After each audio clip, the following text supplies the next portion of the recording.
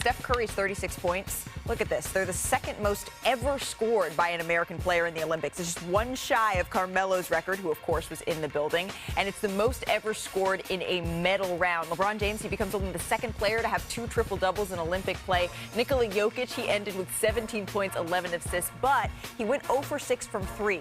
This was one for the ages, my friends. Just ask Kevin Durant. Guarantee you, everybody here, they'll never forget about this night. Everybody here gonna remember this night for the rest of their lives. That's how special this is. And because we came back and we showed how together we were in that fourth quarter.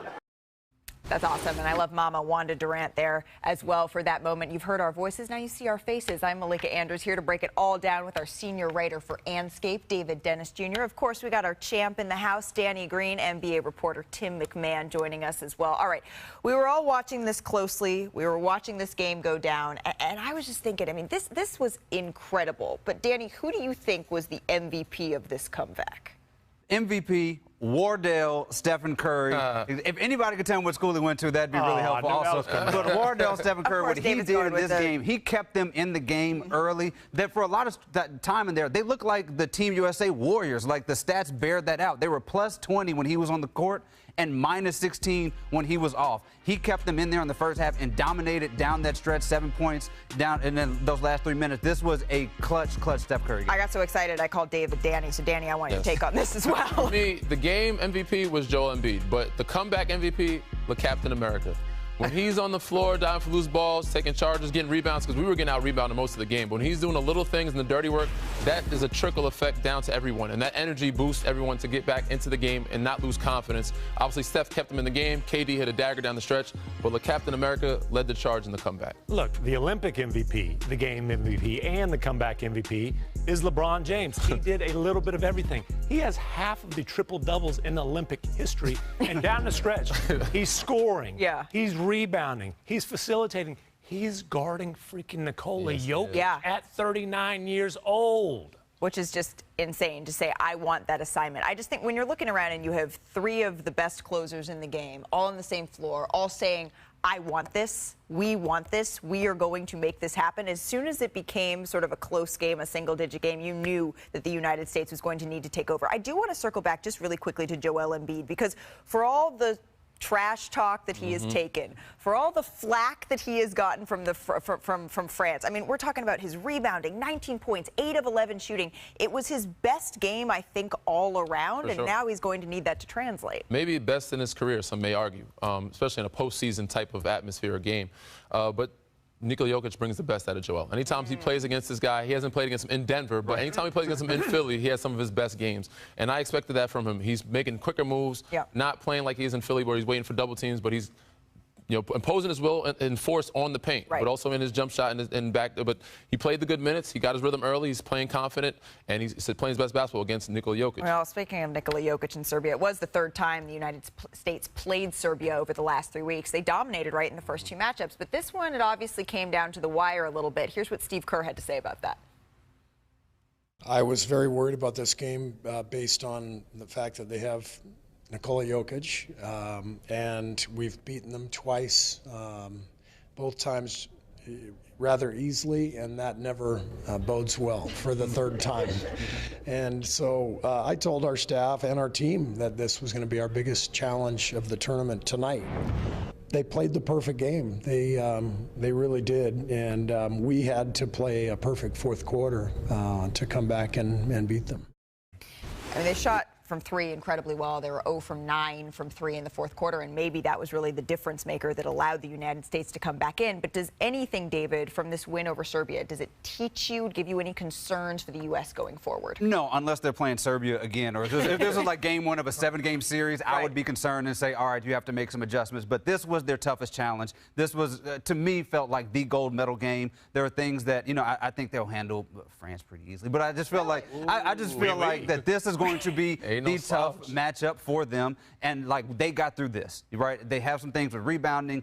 Serbia was, out of their minds for the first 3 quarters shooting threes. Those things like were scary to deal with. They're not going to play Nikola Jokic again. I think they're fine. But they're playing Wemby. Yes, France ain't no slouch. I have They're some not a concerns. slouch, but I wouldn't say no concerns. I don't think they beat them easily. I do have some concerns. The biggest thing for me is rebounding and obviously lack of discipline some, but their second unit. If France may go to a zone, they're playing that Bam AD lineup together.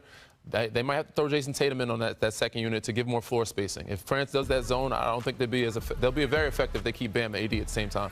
Obviously, USA has to be more disciplined. They have to rebound. They can't gamble. They can't go for steals. So I do have some concerns. Not major as much as Serbia because they're not the same team, but it won't be no easy victory. It's that defensive sloppiness to me that's the concern. And look, Serbia shot the lights out, but a lot of those were wide open, test the win type of three-pointers, right? And you got Joker setting them up, but he was setting them up based on gambling, based on sloppiness. And I'm not trying to rain on your guy Steph's parade here, but as many points as he scored in the first quarter, he did give them back on the other end as well. Yeah, well, the thing is, they tightened up in that fourth quarter defensively. As well as we're talking, we show the highlights of KD and LeBron and Steph, those points. They locked them down defensively, and they can do that against this team. I think that this is one of those moments where you are so close to defeat that you learn a lot and you were going to play better, not take this for granted. For sure. Now, Joel Embiid, he had a breakout game, as we talked about, against Serbia. He's been the prime target of French fans during this tournament.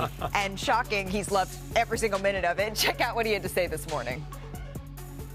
Doing whatever it takes to win the goal. So that's what I'm focused on. It's all about, Team USA against France. So, but I know myself. I'm gonna interact myself, and I'm gonna enjoy it. I'm gonna, they're gonna boo me. I'm gonna go back at them and tell them to suck it. And so it's gonna be fun. It is going to be fun. We know France has the ability to put some major size on the floor, although Rudy Gobert has been out of the rotation. What do you expect from Joel after what we just heard here, Tim? I mean, he's full-blown Joel Embiid right now. He is in his natural habitat. And I thought early on the boos maybe did bother him. Maybe because it's not just in the arena. He was getting booed everywhere. Yesterday he's doing the little chop thing. He's talking all kinds That's what we're calling it, the chop thing. He's in his full-blown wrestling antics, and it's not a coincidence that he had his best performance of the Olympics. He's being himself. Yeah, I want to also give credit to Steve Kerr here. He's taking a lot of flack for these rotations and things he did, but he stuck with Embiid in that fourth quarter. Going into this game, I felt like there might be a tighter leash on him, that you may want to pull him for Bam or AD defensively, but he stuck with him in that fourth quarter, and that gave Embiid a lot of that confidence. Like you said, he's himself. Once the DX chop comes back, that's when Joel Embiid is in his bag. For sure in his element. I don't have as many concerns because he's one of the guys I think plays well when people are booing him. We've seen some guys not play well in certain atmospheres, Kyrie in Boston, but I think this plays in Joel's favor in the element of him telling another country to suck it. But being booed, I think brings the best out of him as well. So yeah, I think he'll be at his best and playing. He's in a good, confident, comfortable feel. If Steve Kerr keeps encouraging him, keeps giving him the minutes, I think you'll see an even better Joel in the next round. And this is exactly when you want him to be feeling this way. When we're all talking about, all right, it's the United States versus Victor Wembanyama versus Rudy Gobert, the size that they can put out, if of course they do elect to play Rudy. We have not seen him in the rotation very much recently. It's going to be the entire host nation behind. I mean, I cannot imagine what that atmosphere will be like. Will it be the three refs on the floor as well? Or is this Team USA versus they're going to get some home cooking versus FIBA? There may be some croissant. I was trying to think, what's the home cooking there? Escargot, croissants, all of that going down in Saturday's game.